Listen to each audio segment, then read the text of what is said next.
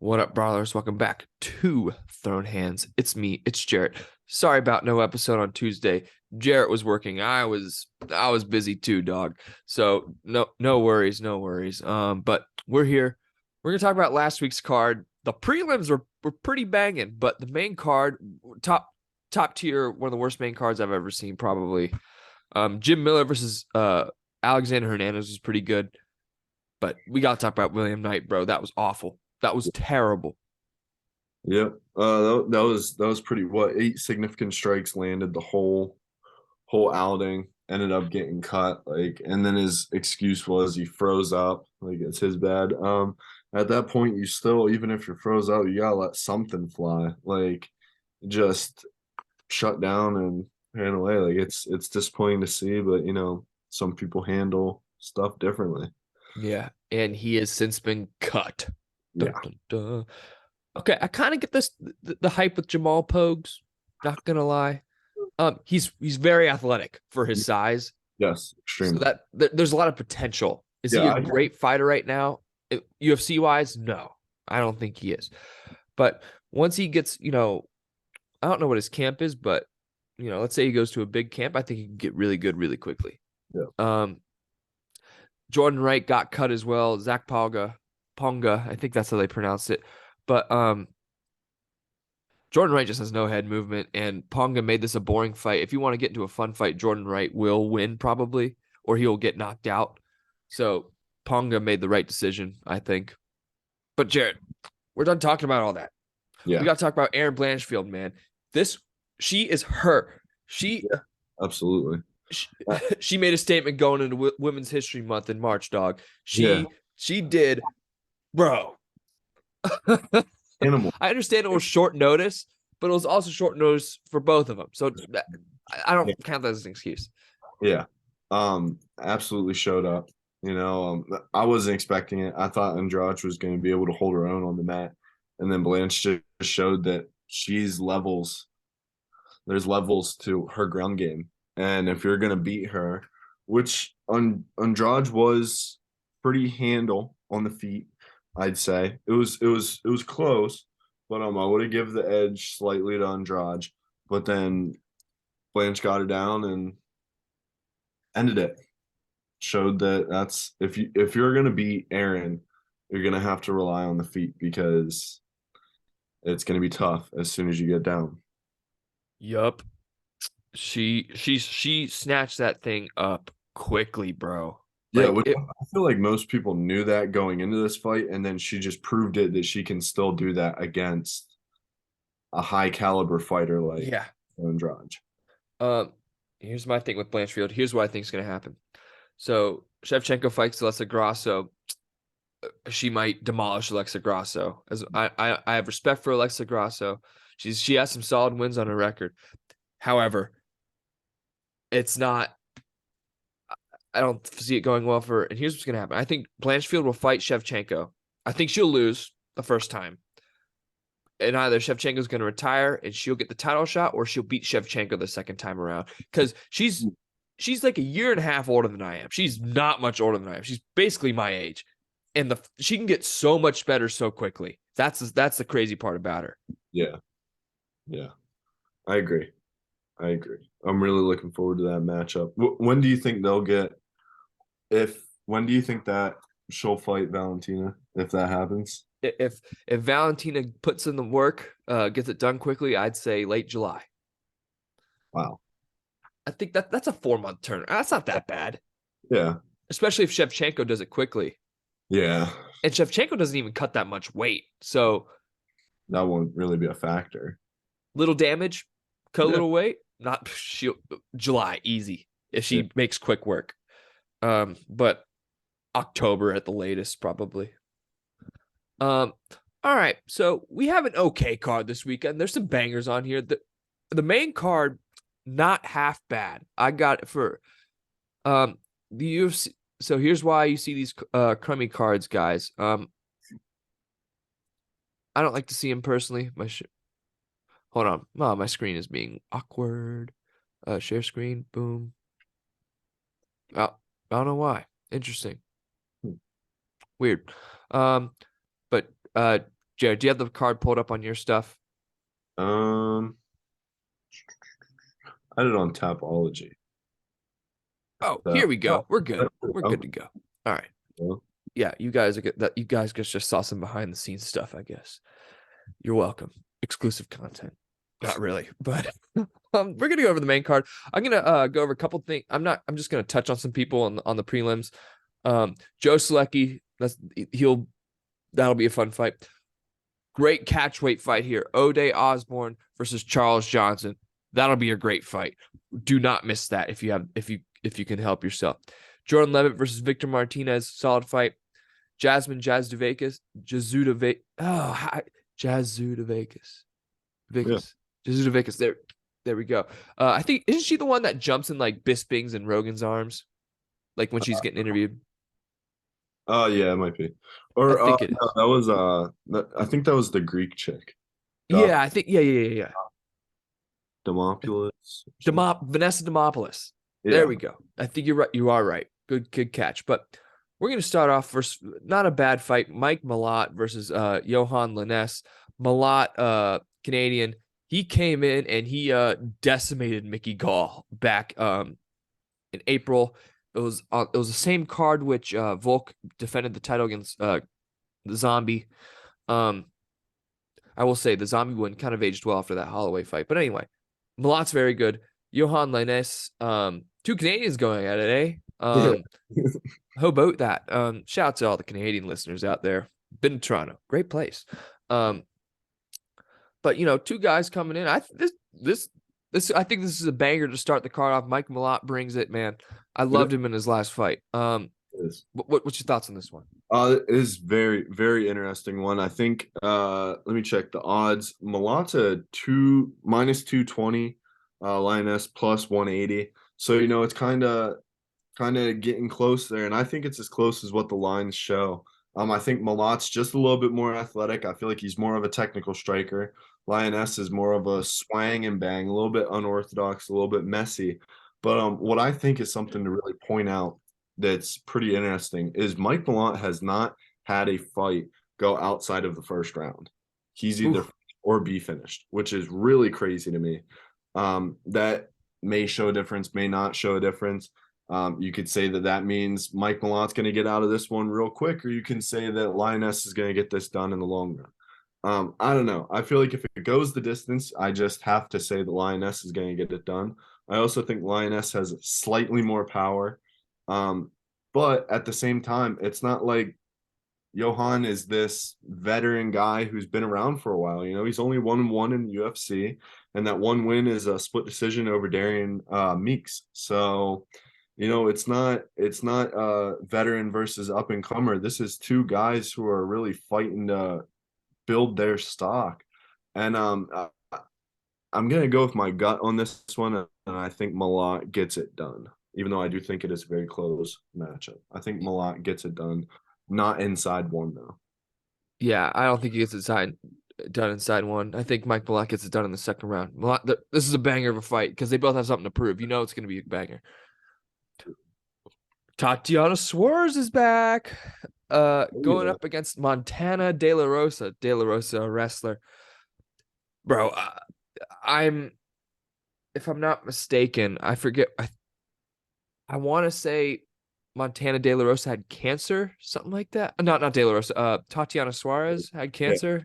Which I didn't know was cancer. I thought it was a neck thing, but it was. I think it was thyroid cancer, actually. So, yeah, you're not necessarily wrong there. But yeah, I forget what took her out. But yeah, so she's been through a lot. I'm not certain that's what took her out. I need to do more research on that. But she check. Yeah, you could check that. I'll talk about Tatiana Suarez. We're about the facts here.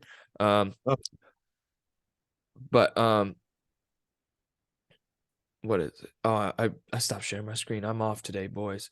But yeah, I think Tatiana Suarez can do some damage in at 125, man. She doesn't have to. I know she fought at 115, but I think without the weight cut, she could do some serious damage. The cardio is going to be better. she's just good, man. And I really think that she can make some headway. 3.5 years off is a lot. But you know, hey, never know, that could be for the better. John Jones took a while off. We'll see what happens next week. But what have you found, Jared? Jarrett, rather. So I've seen anything from knee, neck to just calling it plagued by injury. So then I just looked up, did Tatiana Suarez have cancer? And it said with thyroid cancer. So, and that's from the UFC. So, Hold on. We're here. Wikipedia.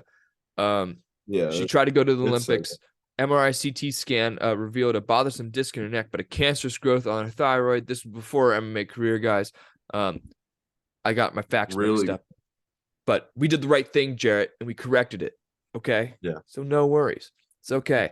So she's been through adversity worse than some injuries. I think if there's anyone who's mentally better to, get through some injuries, it's Tatiana Suarez. Can you disagree with me on that, man?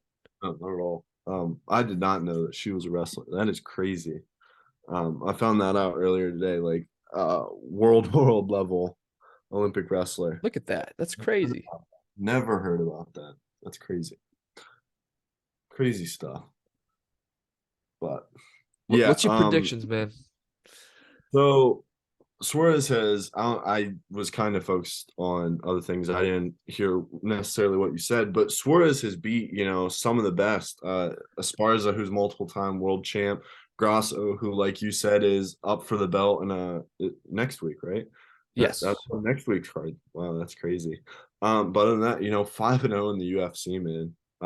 But who knows? Almost 4 years that you're not fighting. Who knows what that has to do with your timing, your conditioning, there is a little bit of rust to knock off, but so far, I think from the shows that I've done with you, every person who's coming off of a long layoff hasn't showed too much rust. So who knows what if rust is even a real thing in the MMA world.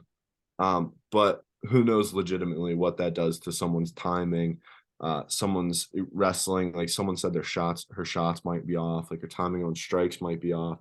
And then, like you said, De La Rosa is a wrestler too. So it's not going to be an easy takedown grappling game for Tatiana to come back to. Montana coming off of a loss to Macy Barber, 2-2-1 in her last 5. I got Tatiana, but I do think it's going to be a close one. So I think I'll take Tatiana by decision. I don't think I can disagree with you there, man. But I think I completely agree with you. Tatiana takes it by decision. I never made my thing. Augusto Sakai versus Don'Tale Mayes. Sakai was once a fairly highly ranked heavyweight. I mean, if you look at who he's lost to, it's good losses. Oh my gosh. Losses. I mean, 4 straight losses, however. Some animals over Rosenstruck. The Ream, Rosenstruck, Tuivasa, Spivak. Yeah. Spivak's a dark horse. Yeah. Don't count that dude out by any means. Yeah. Don'Tale Mayes, I don't put too much stock into him. I think they're just giving him Don'Tale Mayes. I hate to sound like that guy. To just get him back on track because he's a young heavyweight. I think he's just like 33. He's not very old, Sakai. And at 33 at heavyweight is he's a youngin. He's 31. So he got time. And like his stock was so big. Like those were the 4-fight losing streak, which obviously takes a lot away from your stock, like you said, to those 4 opponents. But before that, he had wins over Tybura and wins over Ivanov. So, like you said, this is a guy who could be put right back into this heavyweight picture if you get him back on track. Mayes, though, I do think is going to be a little bit harder than that. I think Mayes is going to give him some trouble. He's a kickboxer, judo, so he's going to give him some trouble out of the clinch, slight height and reach advantage. If he needs to wrestle, Sake has a real big struggle with wrestling, man. He's only had 1 takedown in the UFC. and is quite easy to take down. So I think if Dontel Mays does it right, he can make it close. But I'm gonna go Sake by decision, even though I do think Mays could put him out. Yeah, I'm gonna go Sakai by knockout. But speaking of sake, we got some comments recently. Dude, my names, man. I'll keep it up too. I gotcha. Joff. I really do try. Joff Neal, man. Oh, that was hilarious. Oh, Joff Neal. guys, keep the comments coming. I love reading them. It's Listen, so funny. if I mispronounce something, please comment it because it's funny. It's funny. I'm trying, I swear. I try to See, watch the videos of the guys getting their name announced and stuff. the the comments make you better, man. They make you better. That Yeah, was so funny. Thanks I for the got, I got, comment. Keep them coming. And I do. Yeah. I want to say something about the comments real quick. The guy, I think some dude said, I think Sinister Minister, I think that's your name. You're Mhm. like, hey man, I love it. I'm gonna keep tuning in. That makes us want to keep doing it more, man. We love doing it anyway. Even if we got 0, we'd probably still do it. But it makes it fun to interact with you guys a little bit in the comments. But yeah, thanks guys. We appreciate it. And call us I out. like this fight.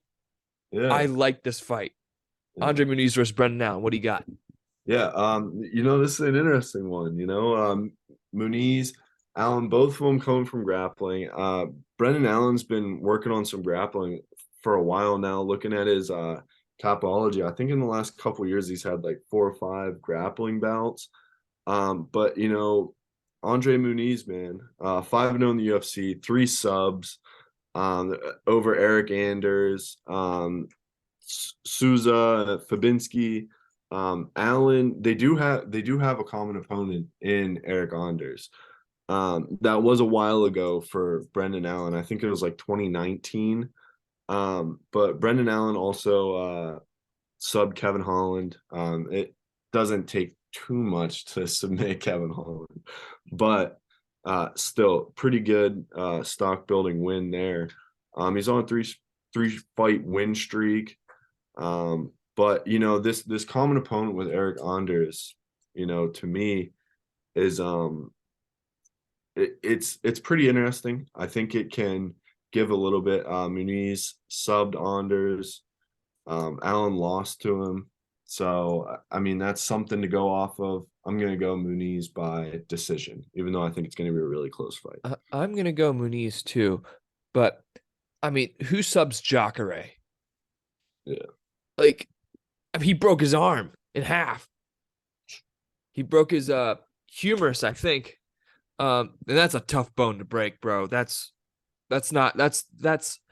absurd strength. And I will never forget Jacare looking at his right arm and just going, "Ah, man, I broke it." I'm just like, what the heck? You broke this like the second hardest bone to break in your body, and you're just like, "Ah, man." Don't doubt these guys' toughness. He's not tough. Stop right now. Allen's fought and won a lot of fights that he should not have necessarily won. So That's true. Count him out. I think it's going to be a very close one, but Muniz gets it done. Yeah, I think Muniz subs him. Here's the thing with this middleweight division. I'm going to pull it up right now. There's not many grapplers. They're like, in the top 5, Marvin Vettori is probably the best grappler. I mean, I love Marvin Vettori is one of my favorite fighters. Don't get me wrong. I love Marvin Vettori. After that Paulo Costa fight, he became one of my favorites because he did not have to take that fight. And then there's Jack Hermanson, Roman Dolidze. Not many grapplers, guys. This could be his division if he can get a few wins together. But main event. This is a banger. Nikita Krylov versus Ryan Spann. Superman Spann. Spann is a huge light heavyweight. Yeah, he is. He's 6'5", 79-inch reach. What he did to Dominic Reyes was criminal. Broke my heart. Knocked him out with a jab. Yeah. A jab. They called it a power jab. I didn't even know that was a thing. That's called a Superman. It was insane. Beautiful jab. But Nikita Krylov, he lost against Paul Craig. Paul Krieg. I love Paul Krieg. oh, that was a wild submission. That was insane. He beat Gus. That broke my heart. Yeah. That, but he beat Volkan Oezdemir. I think Volkan Oezdemir, he's not the greatest by any means, but that's a solid opponent for anybody. Yeah. But Ryan Heavy. Spann, man. Ryan Spann actually took a fight seriously. He said last time he usually trains like a couple weeks leading up to it. If he takes this fight serious, if he takes things seriously from here on out, he's going to be a problem like forever. Yeah. Yeah, he's extremely athletic, extremely powerful. I think he has the striking advantage, but I don't know. The one that I want to go off of that I watched both their fights against was Johnny Walker. Now Krylov got him really early, so it did not look like the same Johnny Walker that we've became accustomed to. But both of them had successful takedowns, multiple successful takedowns on Johnny Walker. Ryan Spann took him down 3 times, but could not hold him down for the life of him.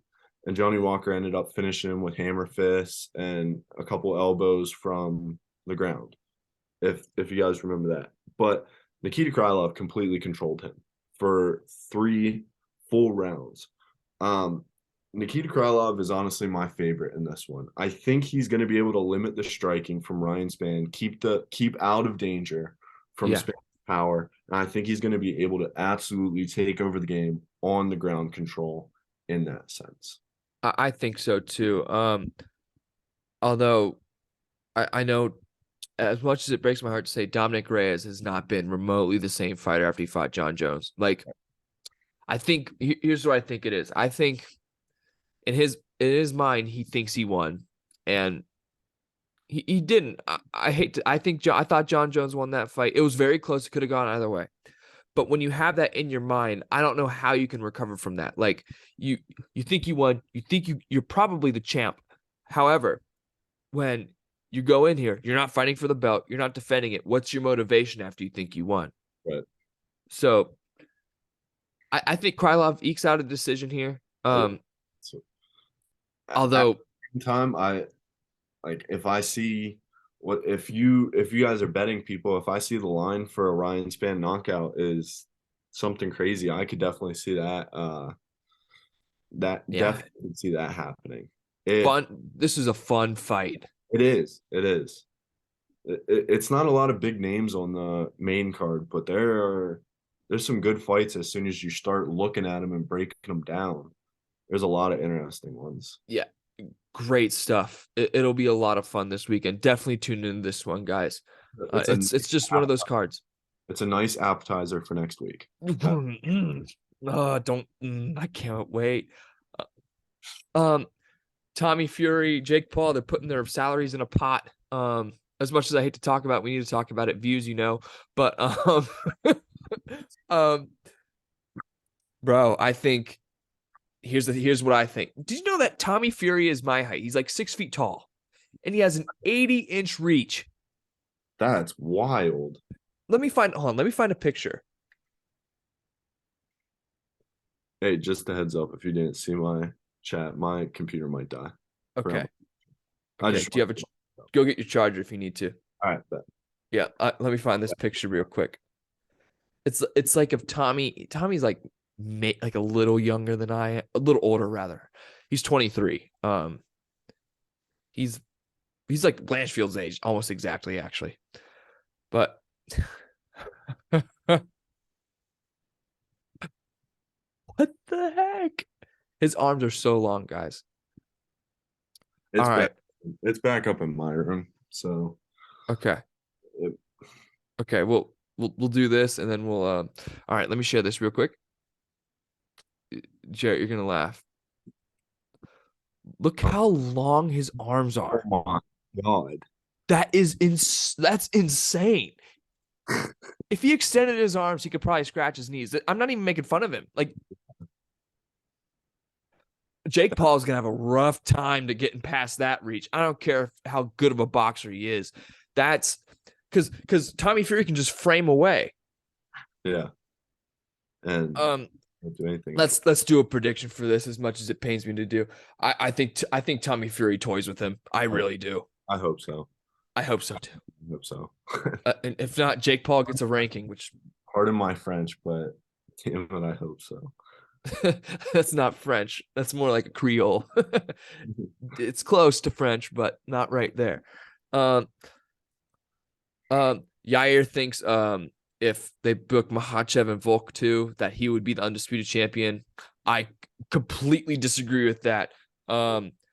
He didn't. It took him like 2.5 years to come back from the pandemic. I know it's probably not because of him, but if you can sit out a couple years, I think Volk can sit out a little longer to sit on the belt. That's just my opinion. Tough has started to become filmed with Oh, nice. Chandler and McGregor. Oh, I can't wait. Oh, I can't wait. It's gonna be so fun. I can't wait to watch it. There was some that got made. Oh, Pavlich versus Blades. Ooh, my gosh, that is such a good fight. Banger. A One's battle of banger. styles right there, man. Yeah.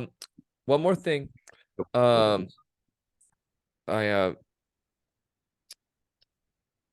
can't even think about it. Probably not important. It's been quiet, guys.